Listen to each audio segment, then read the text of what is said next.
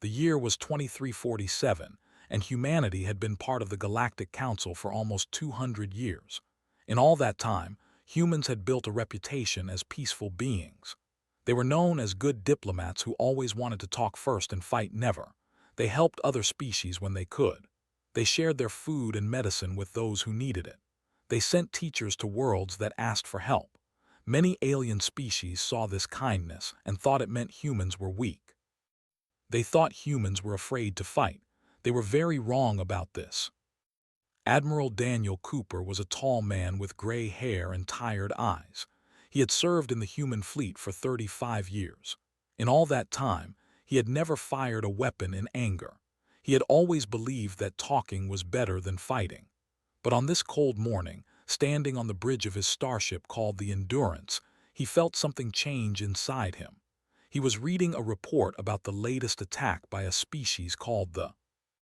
They were a proud and aggressive people who controlled a large part of the galaxy. They had been attacking human ships for years.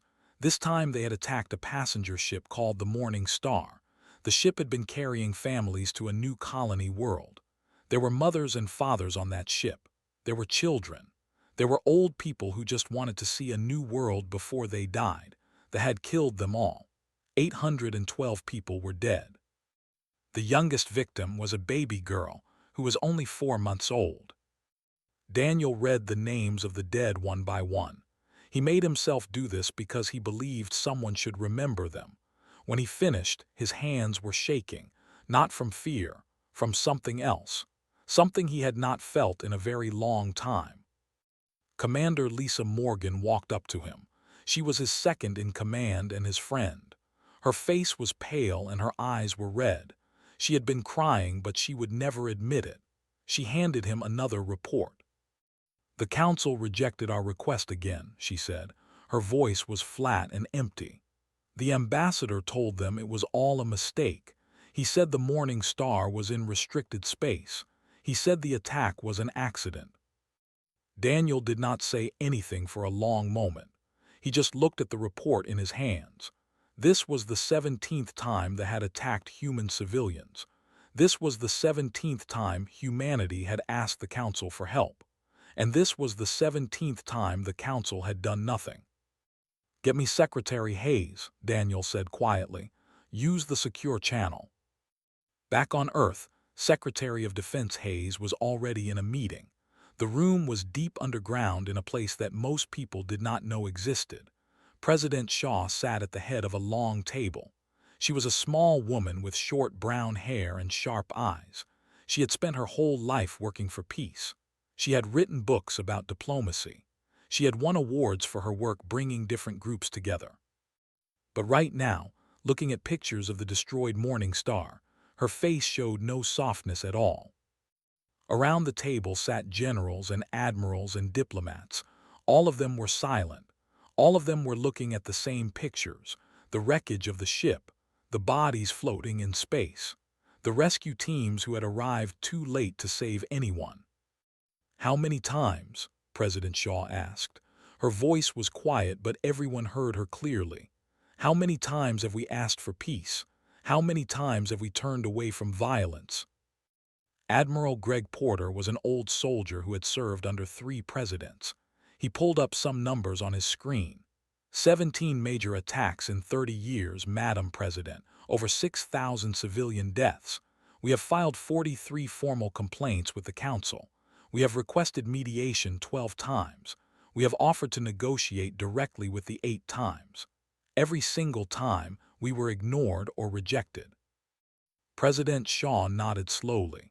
She looked around the table at all the faces watching her. These people had dedicated their lives to keeping humanity safe. They had worked so hard to maintain peace. But peace only works when both sides want it. "They think we are weak," she said. "They think our patience means we cannot fight. They think our kindness means we will never hurt them. The Council thinks the same thing. They ignore our complaints because they believe we will do nothing about it." She stood up and walked to a window that showed a picture of space. Somewhere out there, the wreckage of the Morning Star was still floating. Somewhere out there, they were probably laughing about what they had done. I have spent my entire life believing that war is the last resort, President Shaw continued. I still believe that, but we have tried everything else. We have begged and pleaded and compromised. We have given the every chance to stop. We have given the council every chance to help. Neither of them listened. She turned back to face the room. Her eyes were hard now. The diplomat was gone. In her place stood something older and more dangerous, something that humans had tried very hard to forget they could be. Begin mobilization, she said. Full military preparation. Tell no one outside this room. Let thee and the council think we are still the patient, peaceful humans they have always known. Let them keep laughing at us. Let them keep ignoring us. She sat back down and folded her hands on the table. And when we are ready, we will show them what humans are capable of when they lose their patience. Admiral Daniel Cooper received the orders 3 hours later. He read them twice to make sure he understood. Then he called his senior officers to the briefing room. When they were all seated, he stood before them and spoke. For 200 years, humanity has chosen peace. We have shown the galaxy our best face, our kindness, our patience, our willingness to forgive. He paused and looked at each of them in turn. But we have another face, a face we have kept hidden, a face that our ancestors knew very well, that have finally pushed us far enough to show that face to the galaxy. Commander Lisa Morgan raised her hand. What are our orders, Admiral? Daniel Cooper smiled, but there was no warmth in it. Our orders are to prepare for war, real war. The kind of war humanity has not fought since before we left Earth. The kind of war that other species believe we are not capable of. He brought up a map of space on the main screen. They have no idea what is coming, he said, and by the time they understand, it will be far too late. The officers left the briefing room in silence. Each of them was thinking about what lay ahead. Each of them was thinking about the 812 people who had died on the Morning Star, and each of them was thinking about what it meant when humans finally stopped being patient. The galaxy was about to learn a lesson it would never forget. The weeks that followed were strange and quiet. Across human space, things began to change in ways that most people did not notice at first. Factories that had been making civilian ships suddenly closed their doors. Workers were moved to new locations and told not to talk about what they were doing. Research stations that had been sharing their discoveries with the galaxy went silent. Military academies sent letters to former students asking them to return to service. Young men and women who had never thought about joining the military found themselves signing up in numbers not seen for generations. Captain Drake was 42 years old and had been in the fleet for 20 years. He commanded a destroyer called the Relentless. It was a good ship, but it was old and its weapons were outdated. At least that is what everyone believed. But 2 weeks after the Morning Star attack, received orders to bring his ship to a secret shipyard hidden inside an asteroid field. When he arrived, he could not believe what he saw.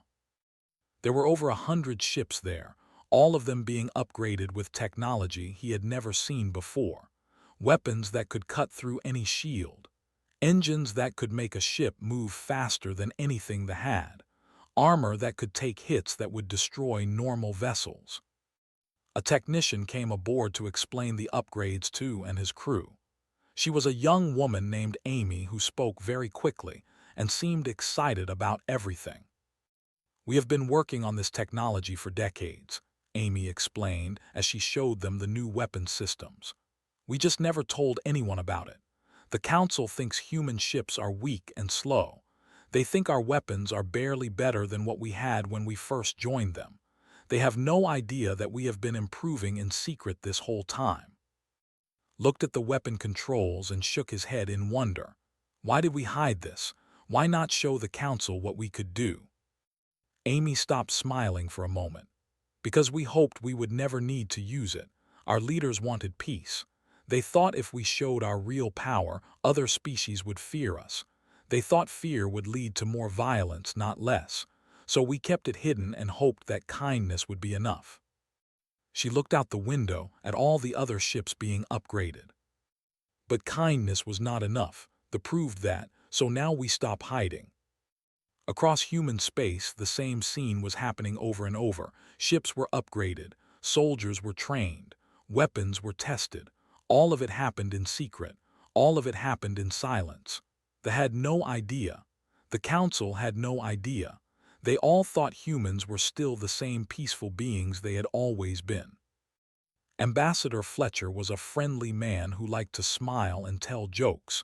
He had represented humanity at the Galactic Council for 15 years. He was very good at making other species feel comfortable around him. He was also very good at lying when he needed to. For the past month, he had been lying constantly. The ambassador was a large creature named who had scales like a snake and teeth like a shark.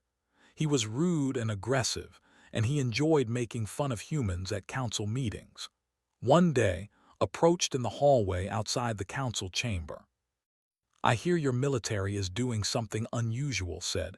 His voice was like rocks grinding together. "Ships moving around, factories closing. What are you planning, little human?" Smiled his most friendly smile. "Oh, nothing important, just some reorganization. You know how it is. Paperwork and bureaucracy, very boring stuff." Leaned closer. He was trying to intimidate with his size and his sharp teeth. "I hope you are not thinking about revenge for that ship we destroyed. What was it called? The Morning Star. Such a silly name for a ship full of dead people." Kept smiling even though his heart was full of cold anger. "Revenge? No, no, we are peaceful people, you know that. We have filed our complaint with the council. We trust the process." Laughed. It was an ugly sound. The process. Yes, the process that has never punished us once in 30 years. The process that lets us do whatever we want because you humans are too weak to stop us. He walked away still laughing. Watched him go. His smile never changed, but his eyes were hard as stone. "Laugh while you can," whispered to himself. "You will not be laughing much longer." The mobilization continued for 3 more months. During that time, they attacked 2 more human cargo ships. They killed another 150 people. Each time, humanity filed a complaint. Each time, the council did nothing. Each time, they laughed louder. Admiral Daniel Cooper spent those months preparing his fleet. He ran training exercises day and night. His crews practiced battle formations until they could do them in their sleep. They tested the new weapons until every gunner knew exactly how much damage they could do. They studied tactics and found all their weaknesses. Commander Lisa Morgan worked harder than anyone. She had lost her younger brother on the Morning Star. He had been a doctor traveling to the new colony to help set up a hospital. He had been 29 years old and full of hope for the future. They had taken all of that away. "Are we ready?" Daniel asked her one evening as they looked at the final battle plans. Lisa nodded. "We are ready. The question is whether we can do what needs to be done." Daniel understood what she meant. Humans had not fought a real war in centuries. They had become comfortable with peace. Some people worried that when the fighting started, humans would hesitate. They would remember their peaceful ways and hold back. "We will do what needs to be done," Daniel said firmly. "For everyone we have lost, for everyone we want to protect, we will not hesitate." The final orders came on a Tuesday morning. Operation Silent Thunder was approved. 200 warships would attack the home system. They would destroy the military and end the threat forever. But they would not kill civilians. They would not bomb cities. They would show the galaxy that humans could be strong without being cruel. Captain Drake gathered his crew one last time before they jumped to faster than light speed. "I know many of you are scared," he said. "I am scared too. But I also know why we are doing this. We are doing this for the people of the Morning Star. We are doing this for everyone they have killed. We are doing this so that no human ever has to live in fear of these monsters again." He looked at their faces, young and old, men and women, all of them ready to fight. "Today we stop being victims. Today we remind the galaxy who humans really are. Not just diplomats, Not just teachers and healers. We are also warriors when we need to be. And they are about to find out just how good we are at war. The fleet jumped to faster than light speed. 200 ships carrying thousands of humans who had finally lost their patience. They had no idea they were coming. The galaxy had no idea everything was about to change. The time for talking was over. The time for action had begun. The attack began on a quiet morning when the twin suns of the home system were just rising over their capital city. The people were going about their normal lives.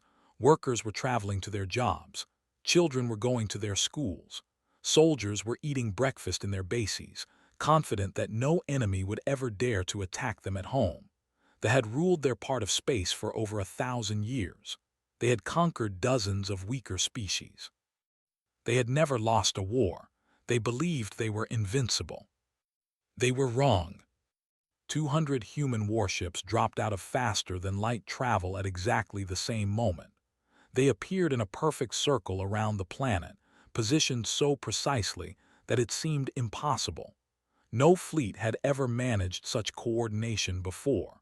The sensors detected them immediately, but it took several minutes for anyone to understand what they were seeing. Supreme Commander Thorax was eating his morning meal when his aide rushed into the room. The aide was young, and his scales were pale with fear. "Sir, we have contacts, many contacts, around the—" Thorax put down his food and frowned. "How many contacts? A patrol, some traitors who jumped to the wrong location." The aide swallowed hard. 200 warships, sir, human warships. They have surrounded the planet." Thorax laughed. It was a short, harsh sound. "Human warships? That is impossible. Humans do not have 200 warships. And even if they did, their ships are slow and weak. They could never reach our without us detecting them." He stood up and walked to his command center, expecting to find some kind of mistake. Instead, he found chaos. Officers were running everywhere. Screens showed images of human ships that looked nothing like the old, outdated vessels the new. These ships were sleek and dangerous. They bristled with weapons that they had never seen before, and they were not moving. They just hung there in space, waiting. Admiral Daniel Cooper sat in his command chair on the Endurance and watched the scramble to respond. He felt calm. He felt ready. He had spent months preparing for this moment. Now it was here and there was no more room for doubt. "Open a channel," he told his communications officer. "Broadcast to the entire system. Every ship, every station, every city. I want every to hear what I am about to say." The channel opened. Daniel took a deep breath and spoke. "People of the Dominion, my name is Admiral Daniel Cooper of the United Human Fleet. For 30 years, your government has attacked our civilian ships. You have murdered our people. You have killed our children. Each time we asked for peace. Each time we asked your leaders to stop. Each time we were ignored."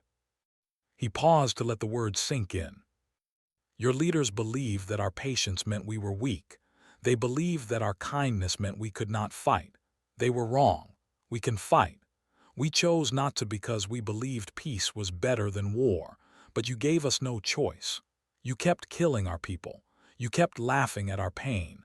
So now we have come to teach you a lesson that you will never forget."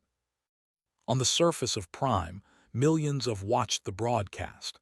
Many of them had never thought much about the humans their military had been attacking. They were just some weak species far away. Nothing to worry about. But now those weak humans had 200 warships around their planet and their military was panicking.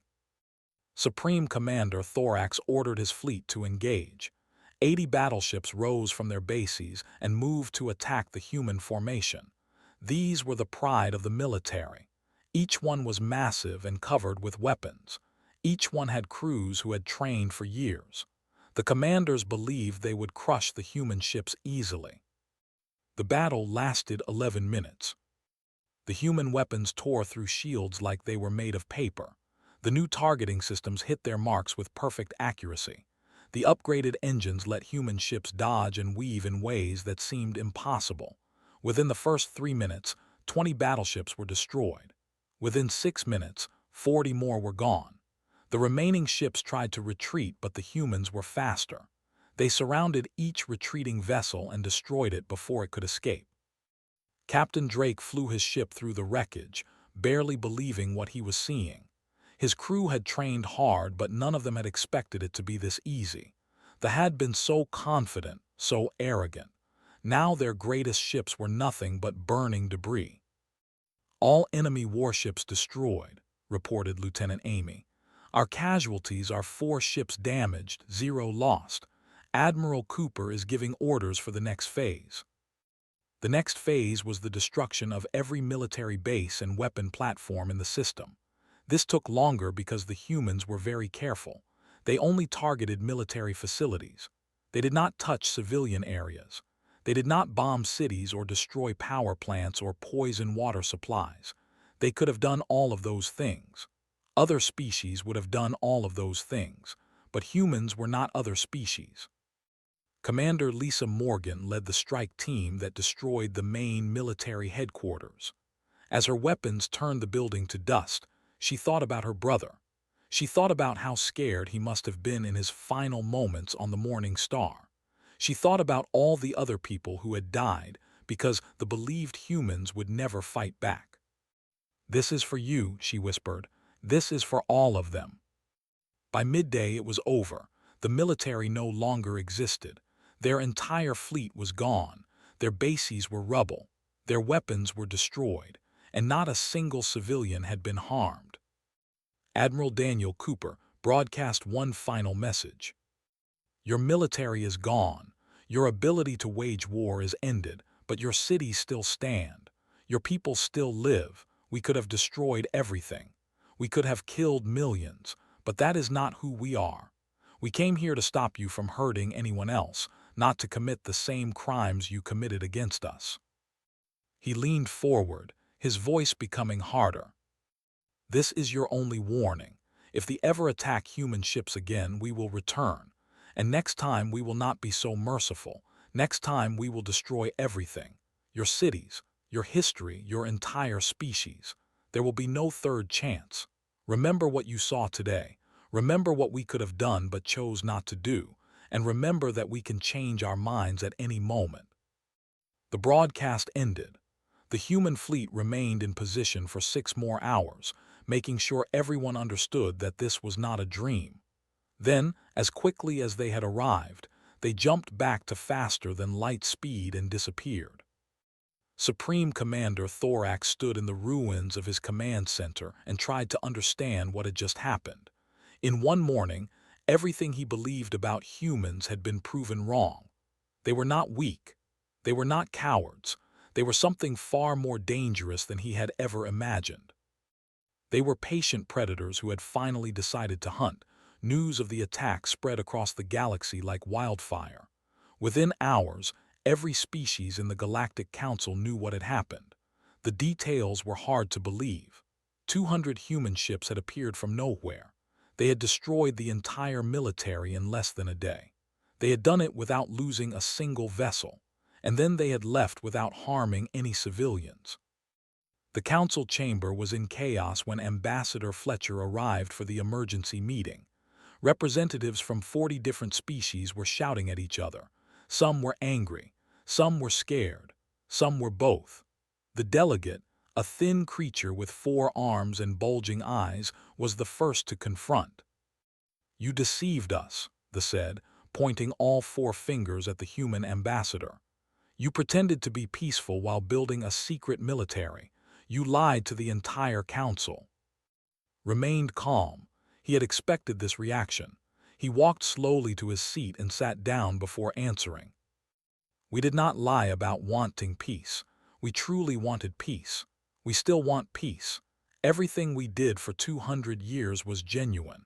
We helped other species because we wanted to help. We shared our knowledge because we believed in cooperation. We avoided violence because we believed talking was better than fighting." He looked around at all the frightened faces watching him. "But we are not fools. We knew that someday someone might force us to fight, so we prepared quietly just in case. We hoped we would never need to use what we built. They made that hope impossible." The ambassador was not at the meeting. He had fled back to his the moment he heard about the attack, but his empty seat spoke loudly about how much things had changed. A tall, slender being called Meridian Prime rose to speak. The Meridians were one of the oldest species in the galaxy. They were known for their wisdom and their long view of history. When they spoke, others listened. The question before us is not what humanity did or why they did it, Meridian Prime said in a voice like wind through leaves. The question is what happens next. Will humanity seek to conquer? Will they use their hidden power to dominate the galaxy? Every eye turned to Fletcher. This was the question everyone was afraid to ask. Humans had just proven they were the most powerful military force in known space. They could take whatever they wanted. They could make every other species bow to them. Laughed. It was a genuine laugh full of warmth, and it confused everyone in the room. Dominate? Why would we want to dominate anyone? He shook his head. You still do not understand us. We do not want power over others. We never have. We want to explore new worlds. We want to learn new things. We want to raise our children in peace. We want to share meals with friends and watch our grow up. That is all we have ever wanted. He stood and walked to the center of the chamber, so everyone could see him clearly. 30 years ago, they started attacking our civilian ships. We came to this council and asked for help. We asked for justice. We asked for someone to make them stop. Do you remember what you told us? Silence filled the room. You told us to be patient. You told us that we're important trading partners. You told us that a few human deaths were not worth disrupting galactic stability. You told us to accept our losses and move on. His voice grew harder. 6,000 of our people died because this council valued trade deals more than human lives. Mothers and fathers, children, old people who just wanted to see the stars one more time. All of them dead because you decided they did not matter enough to protect. Some of the delegates looked away in shame. Others tried to hold his gaze but could not. We gave you every chance to help us. We filed complaints. We requested mediation. We offered to negotiate. Every single time you failed us. So we solved the problem ourselves. And now you are angry because we did not tell you we could do it. He walked back to his seat and sat down. Humanity will not apologize for defending our people. We will not apologize for ending a threat that this council refused to address. But we also will not seek revenge against anyone else. We have no interest in conquest. We have no desire to rule over others. He paused and looked directly at Meridian Prime. You asked what happens next. Here is your answer. Humanity will continue to be peaceful neighbors. We will continue to trade and cooperate and help where we can. But we will never again trust our safety to the Galactic Council. And if any species ever threatens human lives again, they will face the same response they faced, only worse. The meeting continued for several more hours, but the real business was already done. Every species understood the new reality. Humanity was not the weak, harmless race they had believed. Humanity was patient and kind, but underneath that patience was a capacity for violence that no one had suspected. In the days that followed, ambassadors from many species came with private messages. Some offered apologies for how they had treated humanity in the past. Some offered new trade agreements and promises of friendship. Some simply wanted to know more about humans, to understand how such a contradictory species could exist. The Meridians were especially curious.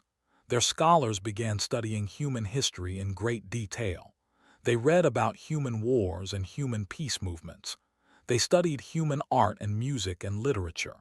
They tried to understand how the same species could produce both beautiful poetry and terrible weapons. One Meridian philosopher named Valor spent years on this research. Eventually, he published his findings in a document that became famous throughout the galaxy. Humanity contains both light and darkness, he wrote. They are capable of tremendous cruelty and tremendous compassion. Unlike other species, they do not let one side dominate the other. They hold both in balance. They choose kindness whenever possible, but their capacity for violence is always present, controlled but never eliminated. He concluded with a warning that other species took very seriously. Humanity prefers peace. They will work hard to avoid conflict. They will turn the other cheek again and again.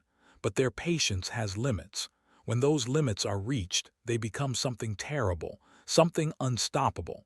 They learned this lesson the hard way. Other species would be wise to learn from their example. Ambassador Fletcher served on the council for another 10 years. In that time, he never had to threaten anyone. He never had to remind anyone of what humanity could do. The memory of the war was enough.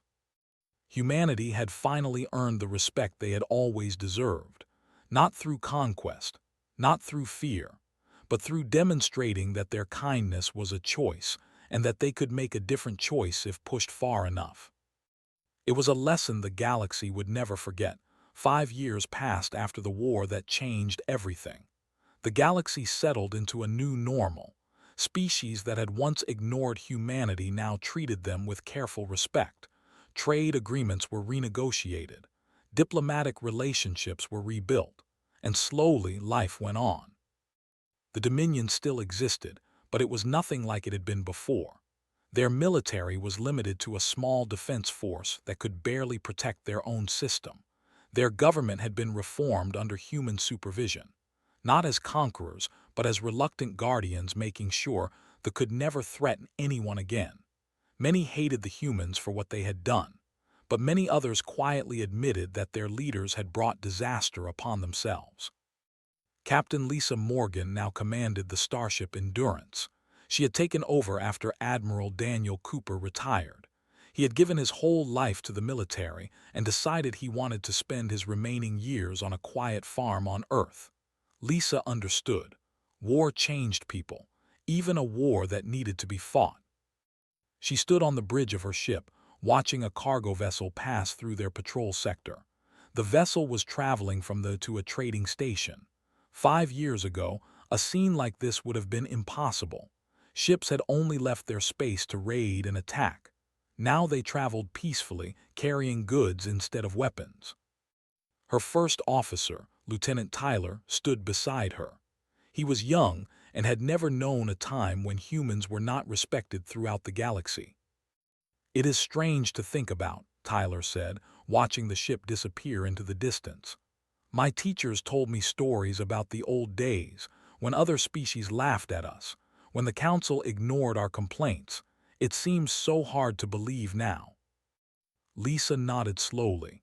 "It was not that long ago, 5 years. That is nothing in the history of the galaxy, but everything changed so fast." She turned to look at him directly. "Never forget that we chose this path. We did not want to fight. We spent decades trying to avoid it. The war happened because others pushed us until we had no choice left. That matters. We should never start a fight just because we can win, but we should never let anyone believe we cannot fight at all." Back on Earth, President Shaw was preparing for a very important speech. It was the 5th anniversary of the attack on Prime. People called it Remembrance Day now, a day to honor those who had died on the Morning Star and all the other ships that had destroyed, a day to remember the soldiers who had fought to end the threat, a day to think about what it meant to be human in a galaxy full of other species. The ceremony was held in a beautiful park that had been built as a memorial. The names of every victim were carved into walls of white stone, over 6,000 names. Families came to touch the names of their loved ones, children who had never met their parents, parents who had lost children, friends who still missed those who were gone. President Shaw walked to the podium and looked out at the crowd. Thousands of people had gathered. Millions more were watching from their homes across human space. "5 years ago, we did something we never wanted to do," she began. "We went to war, not because we loved fighting, not because we wanted revenge. We went to war because an enemy refused to stop killing our people. We went to war because every peaceful option had been tried and had failed." She paused to let the words settle. I know some people question whether we did the right thing. I have questioned it myself in quiet moments late at night.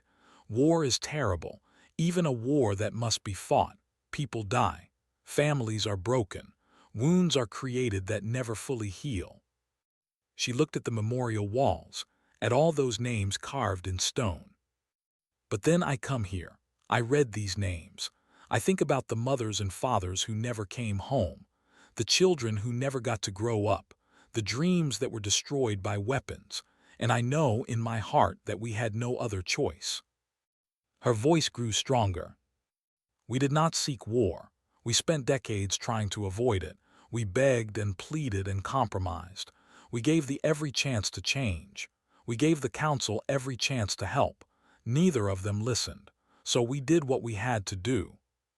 She looked directly into the cameras that were broadcasting her words across the stars. Let this be our message to the galaxy. Humanity will always extend the hand of friendship first. We will always try to solve problems with words before weapons. We will always give others the chance to do the right thing. But if our people are threatened, if our children are killed, if our patience is pushed beyond its limits, we will respond with everything we have. She paused one final time. Do not mistake our kindness for weakness. Do not mistake our patience for cowardice. We are human beings. We love peace, but we know how to make war. And when humans lose their patience, no species can handle the trouble that follows. The speech ended. The crowd was silent for a long moment. Then someone started clapping. Others joined in.